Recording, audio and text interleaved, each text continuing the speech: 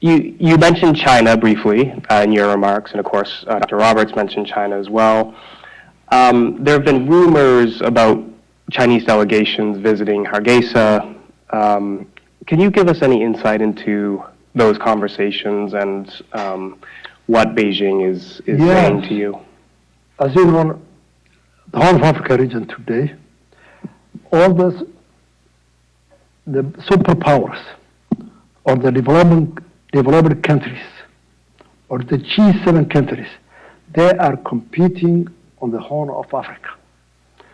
And every government, China, USA, UK, Soviet Union, every government is trying to get the influence of a nation in that region for their national interests. So China is one of these countries who are always competing, especially with the United States on the Horn of Africa. So yes, their delegation has come to Somaliland, and we discuss our interests and their interests. But most of the time, now we have, different opinions, conflict, because the issue of Taiwan. The Chinese are very upset that Somaliland has made economical relations, and opened a trade office representative from Taiwan in our capital. But Somaliland is an independent country. We are not economically strong. We are not militarily strong. We are poor, but we are very proud. And we do our decisions by our own. No one can influence us.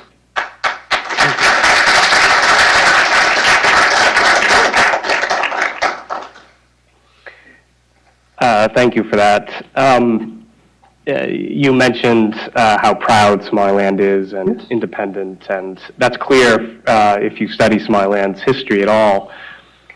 One of the things that strikes me, and one of the reasons I believe that the United States should recognize Somaliland, is that I don't see any future where Somaliland willingly rejoins or joins southern Somalia. Do you agree with that? Do you see any scenario where Somaliland would willingly join with southern Somalia? I am not clear the decisions of the United States of America about Somaliland.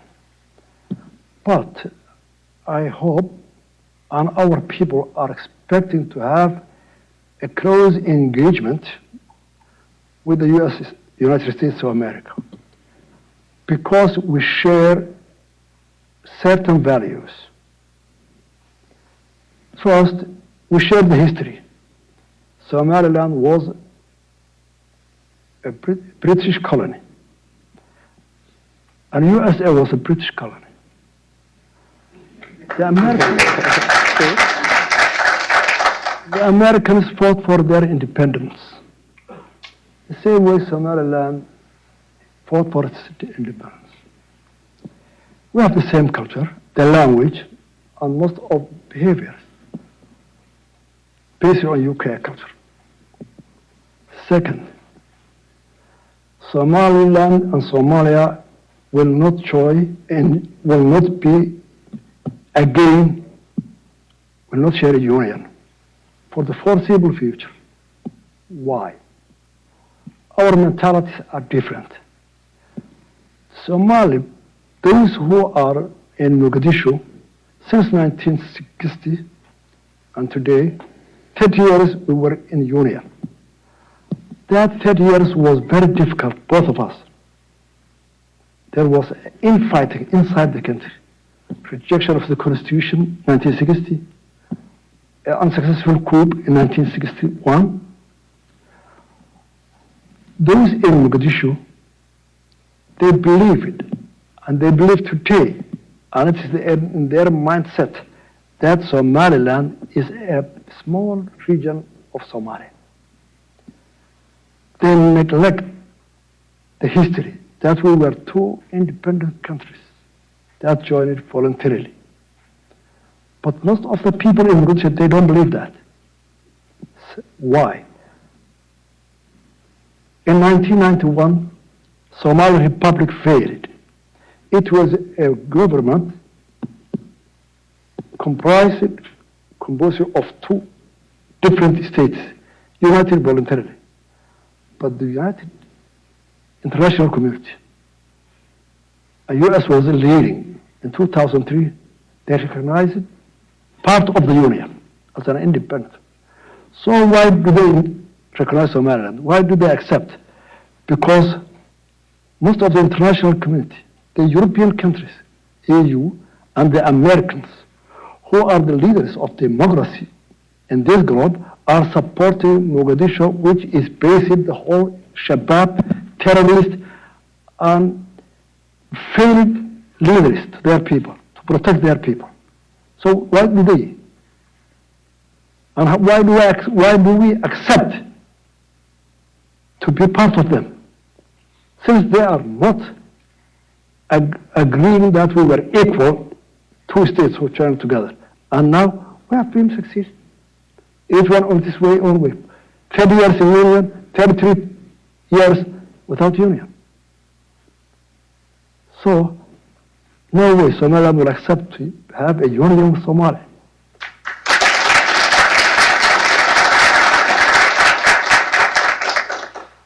I thought you might say that. Then why are you asking me? I thought the people should hear what your answer would be, and you gave it very well indeed. You mentioned the African Union. Why do you think the AU has taken the position that it has on Somaliland? Especially, they've sent fact-finding missions themselves and have recognized the uniqueness of Somaliland's case. Why do you think there hasn't been any action at the African Union on Somaliland? Very simple. The problem of Africa as a whole is the problem of colonization. Some leaders of Europe at that time, they were in Berlin, so they took a pencil and they put on the map of Africa. They never considered the ethnicity, the culture, the governments or the kingdoms who were there in Africa. So simply they divided that pencil. So they created a problem which will take for a long time. A mother is here, her son is the other side of the boundary, a husband is here, his wife is the other side of the boundary.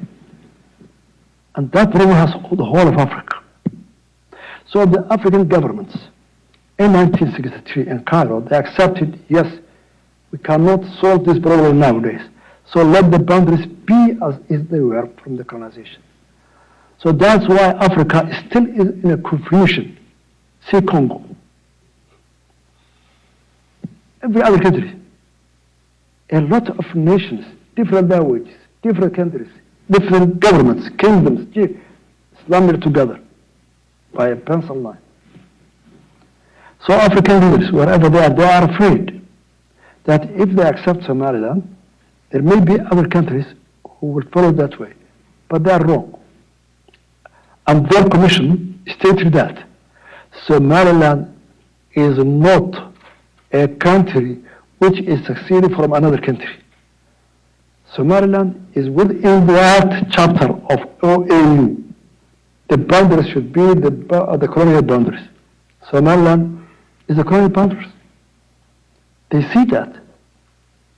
But some of them are manipulating that. We are afraid of that because there is a crisis in every country. See, Kenya, maybe 80 nations can't allow it. Ethiopia, Nigeria, Congo, and so forth. But the Commission, 2005, the African Union sent to Somaliland, Hargeisa, they concluded their report. The recognition Somaliland is seeking historically and politically is justifiable. That was the conclusion of the... So we need the support of the international community to fulfill that report, the African Union. That's why we came here, to tell the UN.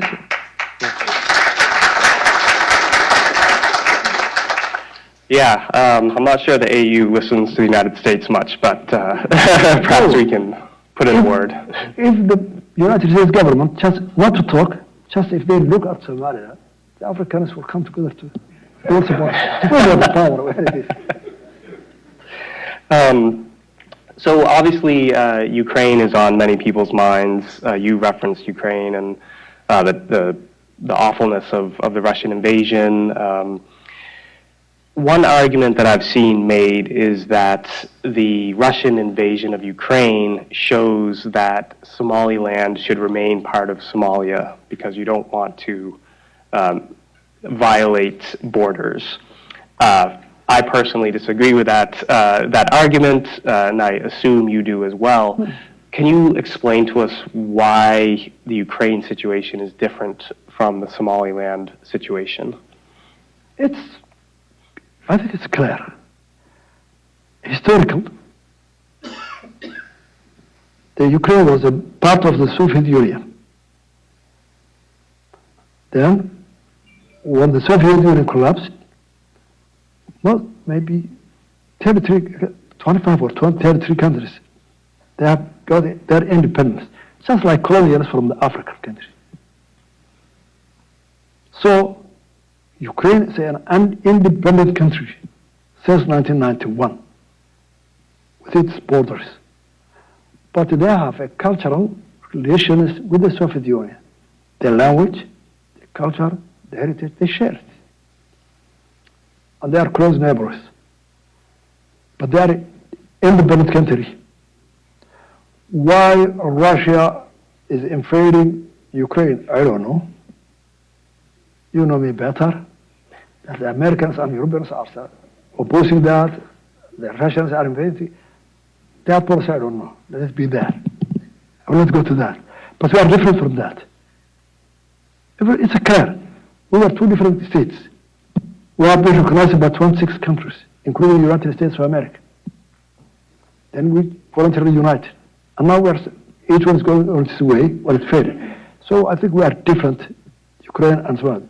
But we share the anguish, the death, the refugee, the bombardment. We share all this. And we are well experienced. We were the first witness, most of us. So we feel it, and we are very sorry about it. And we don't support it to bombard cities, women, children. That's not a war. That's a massacre. It's anti-humanitarian. So we don't accept that. I will never support it. But politically we are different.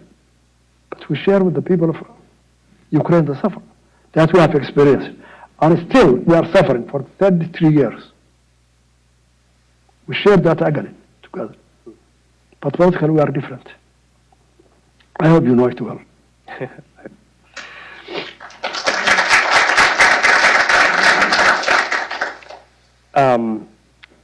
Every democracy and country has its problems and its challenges. What would you identify as the most pressing challenge or problem that Somaliland has today with both its democracy but also more generally? The challenge we have, the democracy is first. Somaliland has no industry. Our resources are very meager. So, a poor people to fulfill democracy is very difficult. When the person has no water to drink, no food, no shelter, most of youth are employed. Over 70% of our people are unemployed. And for the last 30 years, we have made 8 elections. 3 presidential elections, transfer of power of the president peacefully, just imitating the rich countries like UK, United States, who established it 300, 400 years ago. We imitated them. But we have a difficulty. And no progress in our economy. No progress in our recognition. No progress of the countries who are persuading us that democracy is the only viable government that can bring progress to the people. And still, no touchable results from our elections. So you can guess the challenge. Why a guy, a boy or a girl of started to vote when she was 18. 3 consecutive presidential elections, 15 years. Now she's 33, he's 33, married with his children, unemployed, have no good school for his children, has no health care. Why does he support democracy? Guess that. Just because the United Kingdom, the Americans, the progressive people have tried it. Let's go that far. It's a challenge to us. They need to support those who share our values. So to understand and to get product from the elections and democracy. So we have the challenge we have is the poverty. Number 1. Security. All our Horn of Africa, most of the countries are unstable. There are terrorists, Shabab, ICS, in Mogadishu, and the northern regions of Somalia. So all our efforts, all our migrant resource is under the category of what we call security department. 33% of our budget is allocated for the security departments, just to defend Al-Shabaab and ICS from the country. So, yes, democracy, we believe it. Our youth believe it. We have been socialists for the last 30 years. We saw what it is. We're friends of the Soviet Union. I was training in Soviet Union. This guy is from Odessa, 4 years. So we have tasted what socialism is, what communism is. We refused it, we rejected it. So we took the path of democracy. Social, what we call free media, free market also. But we need the production of democracy. Our people, they need it. Not rhetoric, democracy, the best way, but we need the products. And we will get that the support of the U.S. people, not the government. U.S. people to understand that, to support and cooperate with the people who share them with their values, humanitarian, free market, free media, and democracy. So we are struggling with it, how to promote it.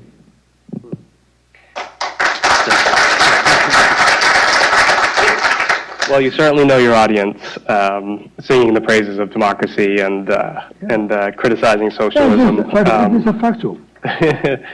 The final question, we're already running out of time here, unfortunately, but what are you most proud of? Somaliland has a lot to be proud of. We've already discussed a number of those things. If you had to choose one element of Somaliland's experience, what would you say this makes me most proud? I am proud of the Somaliland people, how they are resilient. They are the only one, maybe in Africa or in East Africa, that their government have collapsed. And no one can imagine when the government collapses. All of a sudden, think you are in Washington, there is no police station, there is no bank, there is no electricity, there is no jail to put the criminals. How do you think that? We started from there. Even without water in our cities. Our people, they came back from the camps, refugee camps from Ethiopia. Thousands and thousands of them. And they came their homes, destructed by air and bombardment of tanks. Their people, their sons, their own maybe fathers are still there, buried dead in the houses, not buried, 2 years. They started from there.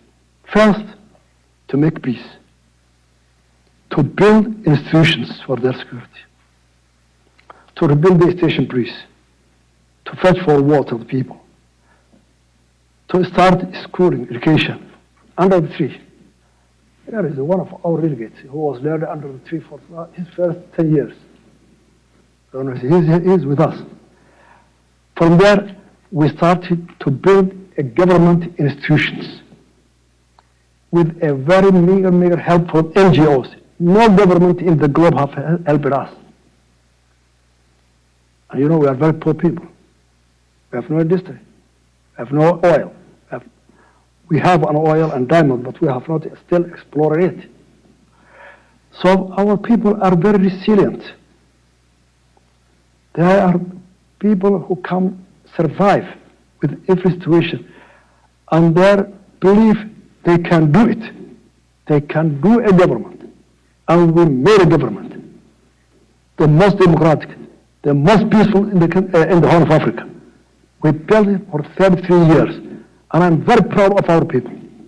Men and women.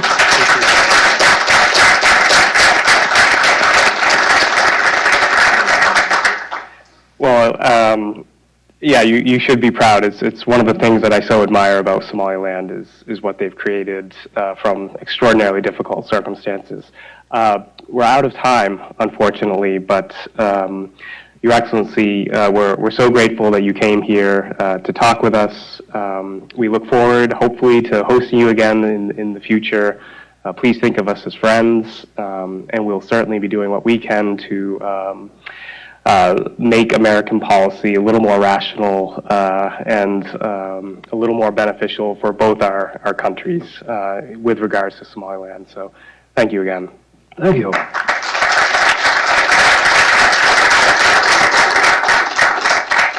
It's a great pleasure to me to be in Washington again. I lived there. I think you were not born at that time. 1981 to 83, I was in the Embassy of Somalia in Watergate office for 3 years in Washington. I lived 2 years in Virginia, Fort Lee, Military Academy. And I was about 8 months in Colombia, Dayton, Wilbraham Air Base, to be trained as a procurement officer who will deal with. I was one of the first delegation of Somali military officers to enter the Pentagon, 1983. The first delegation. The Vice Minister, the Minister of Defense at that time from Mogadishu. So it's a great pleasure to be back in Washington, in America, to see how they changed, the progress you made, but still the Capitol Hill and the mall are the same as they were. Well, thank you again, Your Excellency. Yeah. It's no time for me to be there, 1 week to go. I have no time to go around to my school in Fort Lee or Ohio Dayton, or to my house in Duke Street. My good friend, the restaurant, who helped me at that time. I have no time to go around there. But it's a great pleasure to be back here again. Thank you very much.